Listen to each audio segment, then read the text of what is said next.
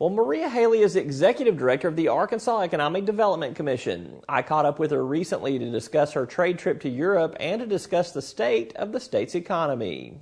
Well, you've recently returned from a trade mission to Europe with the governor, who has said that he'd be disappointed if something didn't materialize from the trip. What's going to deem it a success to you? Well, there are many ways to deem a trip a success, and one of the things that we wanted to achieve in this trade and investment mission is the promotion of Arkansas. And we traveled over 10,500 miles to see 18 companies. Most of those companies, or at least 10 of those companies, are presently established industries in Arkansas and have facilities in Arkansas. And I think the idea of the governor visiting them is already a success, because they have told us that it's been a long time since the governors visited them, and they were very, very courteous and talked to us about their plans, their facilities, and some of them talked about possible expansions. So that's really very, very interesting for us. Plus, we did spend a lot of time talking with Nordex, the company that's located in Jonesboro, and they will have 700 employees eventually, and we talked to their suppliers. So what we are hoping is that the suppliers will consider Arkansas. This past week, you told the Arkansas Council on Foreign Relations that you think an Arkansas economic niche is alternative energy, particularly wind energy. Do you think it's smart to put all of our eggs in one basket like that?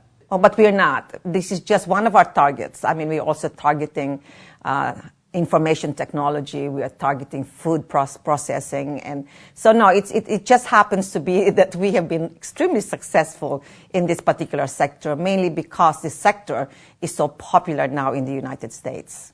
Well, what is it that you think Arkansas seems to have above other states in terms of wind energy? Well, first of all, we have been really positive in our approach and also quite aggressive in our marketing. Plus, the governor and the legislature have put together policies and funding for alternative energy, and certainly wind, and we've been successful in it. So we now have 4 companies that's located in the state, 3 of them in central Arkansas and 1 in northeast Arkansas. So we are very hopeful that there will be suppliers that will come to supply to these companies. Yeah. Now, the wind energy market has been down in recent months and this past year, due primarily to the credit and capital markets. Are you worried in the long run about them? Yes. Well, no, I'm not worried in the long run about them, but we are challenged right now. But it's not only that industry. We're challenged with everything as far as job loss, industry, the health of industry, and we are forever trying our very best to do what we can for our established industry, because business retention and expansion is very important in our economic development. Well, that's a good segue to our next topic. Let's turn our attention to your recently released 2008 annual report. It was a little bit of a down year. Obviously, there have been some tough economic conditions. Total investments were higher for the state, but average wages were lower in the projects that you guys helped bring in. Are you satisfied with the performance this past year in light of the tough economy? In light of the situation in the economy, yes, I'm satisfied, but I am never completely satisfied. We are always trying to do more. And Robbie, what it is that the reason the wages were down a little bit is because of the timing of the agreements. When I sign the agreements, it's within a calendar year. And sometimes I sign an agreement in November that brings the wages lower, but then sometimes I sign the agreement in January that brings the wages higher. If you would look at the January report, you would see that wage had gone up. So it really is timing, and I was pleased with it, but at the same time, in light of the economy, it was pretty realistic. Let's stay on the topic of wages. There were some wage averages well below $10 on some of the projects that receive state incentives. Does the agency ever turn away prospects because the wage level is not high enough? Yes, we do, but it all depends where the jobs are going to be. Certainly wages in central Arkansas, we would expect them to be higher, but there are areas in the state where a job is a job, and even if it is less than $10, it's still something that boosts the economy. So it really depends in every case on where the job is going to be. Yeah. Now, Maria, one of the areas the agency tries to gauge is why the state loses some prospects. Sometimes other states offer more. Financing can collapse. There was an item in the report that caught my attention in the 2008 report. It basically said that the amount of financing exceeded the state's bond capacity.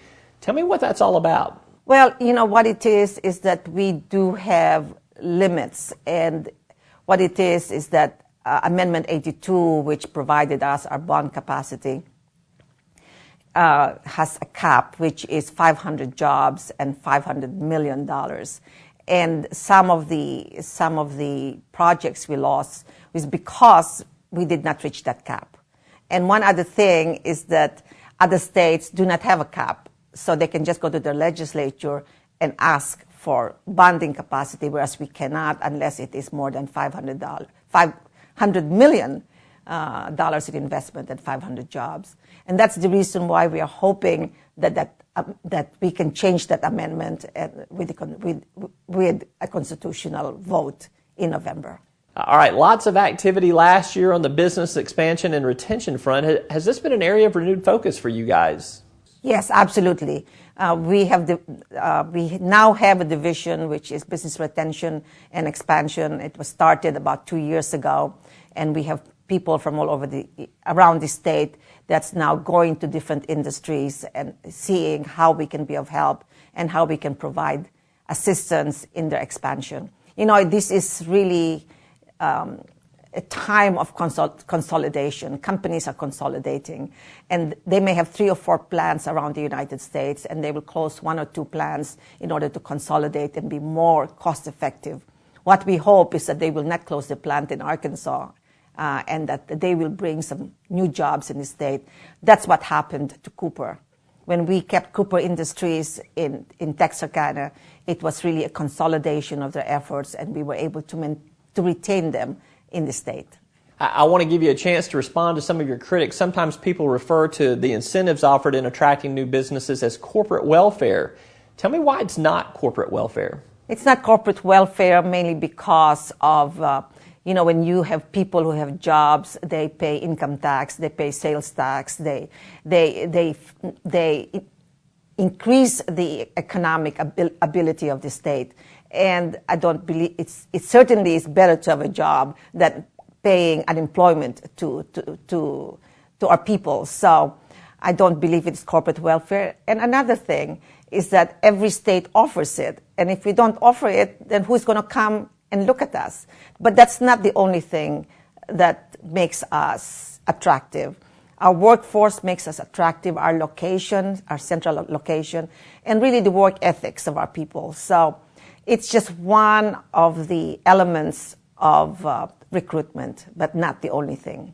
All right, Maria, what's happening thus far in 2009? We're about 3/4 of the way through the year. Do you have a sense that things are getting better, or do you see more prospects in the pipeline than earlier in the year? I have to admit to you that it's a little slower, at least the first 6 months of the year.